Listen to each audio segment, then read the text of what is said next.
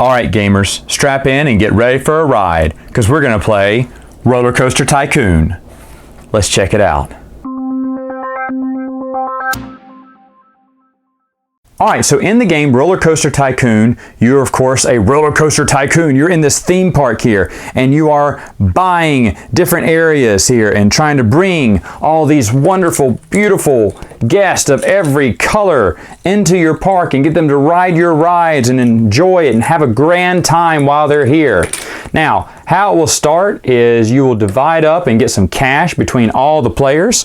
And of course the cash is Roller Coaster Tycoon cash. What you're going to do is you're going to give them two $1 million bills. Let's see here, one $500,000 bill and five $100,000 bills, and that's what you're going to give them to start off. They're also going to have the option to buy a handyman or a maintenance guy, a mechanic. It is optional, and the cost of them differs. If it's a two-player game, they're worth $400,000 each. If it's a three-player game, they're worth $300,000 each. And if it's a four-player game, they're worth $200,000 each. Now, you don't have to buy them, but there are cards in the event deck that's right here that do require these type of characters. And if you don't have one already bought, then you're going to pay $200,000 each time it pops up. So, I mean, the odds could be against you, could be for you. It just depends. If you want to take the chance or not and not hire them, you can. But usually it's good advice to go ahead and just pay for them ahead of time. And then the game begins. Now, as you see, there are some pop-up things here. I think you can see them. Yeah, you can see them pretty good at this angle here. Very easy to put together, and you put them up on the board. Actually, I think they'll stay off the board until someone purchases it. You'll also get to pick which color you want to be, and these are the markers here for all four players. So purple, blue, red, and yellow. And let's just say in this example there's red and there's yellow. So how you're going to start off is you're going to actually claim two attractions as your own. So let's say I take the deck of attraction cards, we all deal them out. I got two.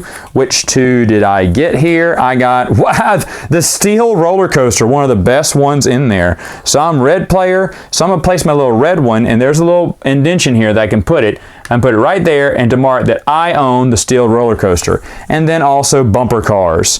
So where is the bumper cars? Okay, here they are. It's just a tile. The bumper cars are just a tile. So I'd flip the tile over, showing that I own the bumper cars now. And there's my red. Now then we go to yellow player. He got the River Rapids and the Burger Bar. Oh well, sucks to be him. All right, well maybe guests get hungry. So he puts it over here at the Burger Bar, flips it right over.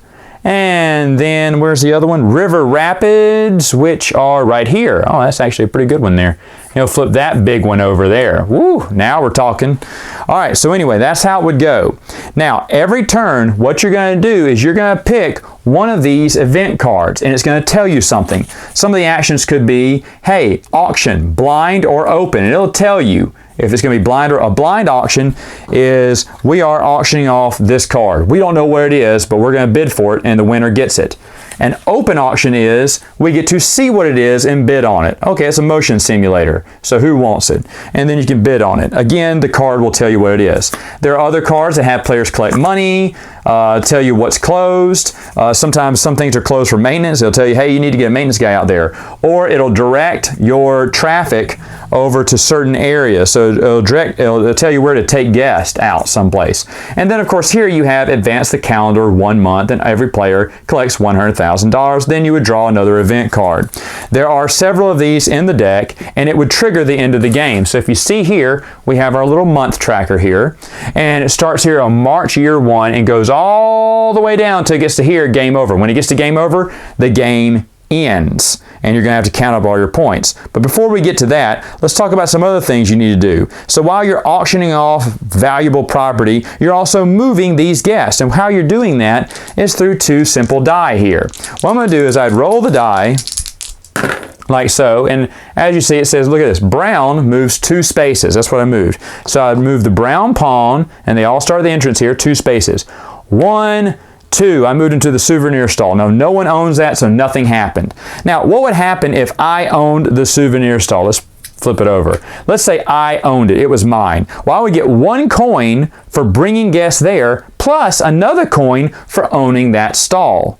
Now, if the yellow player owned it and I led a guest to him, well, I would get 1 coin for bringing a guest there, and the yellow player would get a coin as well for owning the souvenir stall. So it's all checks and balances on whether you want to, visit your opponents or not. You definitely want them to come to your attractions first, and you can't do this number. 1, 2, 3, 4. Aha! No, they have to move directly in one direction the whole time. They may not move back and forth. The other die here is wild, which means you get to pick which one you want to move X amount of spaces. So eventually, these guests are going to be spread out all over the park as the game's going on. And as the game's going on, you're trying to get more and more of them to visit you. Now, cards, again, may direct traffic or certain stipulations. You will be getting money, spending money on auctions, and when it hits the end of the month, you're going to be collecting, and these are all the coins that they give you. You're going to be adding up all these coins. The person with the most coins at the end of the game is the Roller Coaster Tycoon. All right, so final thoughts. What do I think about Roller Coaster Tycoon? Well, as you see on the edge here, it says $7. I actually got this for like 75% off, so I paid like $2 for it, and I was like, man, if I lose money on this, I'm only out $2. And I thought, this may look like a fun game. And it is, actually. There's not much to the game. It's very simple. It is for kids, but it was really fun. My wife and I had a really good time. At first, we looked at the pieces and everything. We're like, oh, okay. And things like the Ferris wheel, the big drop, and other things, the roller coaster, steel roller coaster, those look fun. But other than that, they're just tiles you flip over, and we didn't understand the people going places, but after a while, we got into the groove. Now, what you may want to do is put a calendar at the very bottom of the deck. That way you get to go through the whole deck and play out a whole season and bid for more. The more you have, the merrier. Some of those cards will send you, like, people are hungry, send them to the nearest restaurant. And you may own the restaurants in that area. So even though you're only getting like 1 coin per restaurant, you rack up on stuff like that. And there's other cards that bring guests to certain attractions that maybe you wouldn't visit as much because they're low coin. I like that in the game.